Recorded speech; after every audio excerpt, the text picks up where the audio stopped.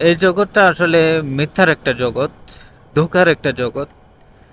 আমি চোখে যা দেখে আসলে সব কিছুই ধোঁকা, সব কিছুই ধোঁকা। এই বিল্ডিং, মানুষ, এই যে এই শহর, কিংবা এই যে এই আমেজ, সব কিছুই ধোঁকা আর ধোঁকা।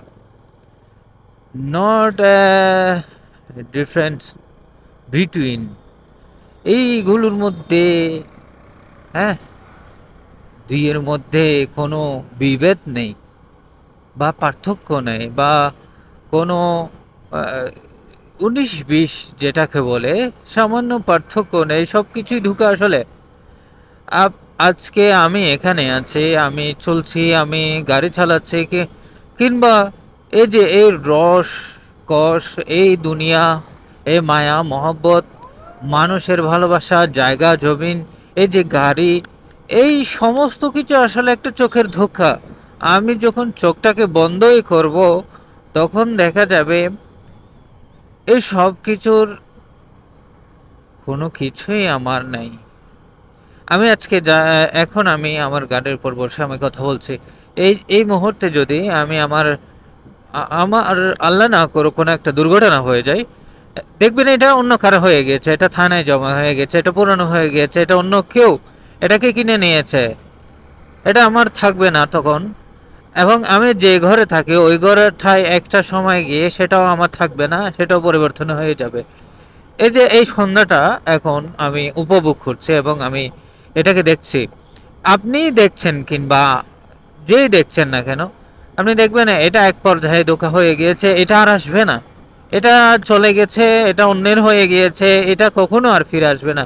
আমি এখন ইদানিং মনে করি আমার মৃত্যুর পর কিংবা আমি চলে যাওয়ার পর, আমি স্থানটা ত্যাগ করার পর কি আমি কি চিরজীবনের জন্য স্মরণীয় হব, বরণীয় হব? এই যে আমি ইউটিউব চ্যানেল খুলেছি, এই এখানে আপলোডে আমি করি, কিন্তু যেদিন থেকে দেখা যাবে কি আহ, আমি নেই, সেদিন থেকে আর কখনোই আমি আমার ভিডিওসগুলো দিতে পারবো না। আমার এই চলাফেরার কথা, আমার এই কথাগুলো আর আপনাদেরকে শেয়ার করতে পারবো না। সুতরাং আমি যদি বলি এই পৃথিবীটা আসলে একটা ধোঁকার জগৎ, এটা আপনি নিজেরাই মনে করেন, কারণ আমি নিজে দেখেছি, আমি নিজে উপলব্ধি করেছি। আমাকে যে মানুষটা খুব শ্রদ্ধা সম্মান করতো, সেই মানুষটা এখন শ্রদ্ধা সম্মান করে না। এটা না করার পিছনে আমি না, আসলে না করার পিছনে এটা একটা হেতু হচ্ছে মানুষের চোখের ধোঁকা। আমি মনে করছি আমি যা দেখেছিলাম তাই সত্য, শায়দ তাই সব কিছু।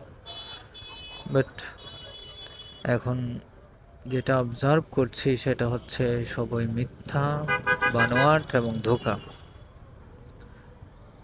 এটা যদি কোনো মানুষ কলমের কালি দিয়ে লিখে রাখে যে আমার কথাটা মিথ্যা, আজকে কেউ যদি লিখে রাখে, তাহলে সে অন্ততপক্ষে 5 দিন পর কিংবা 10 দিন পর সে যদি রিয়ালাইজ করে যে গত 5 দিন আগে যা ছিল, সে 5 দিন পর তাই তার কাছে আছে, তখন সে পার্থক্যটা বুঝতে পারবে যদি পার্থক্যটা দেখে।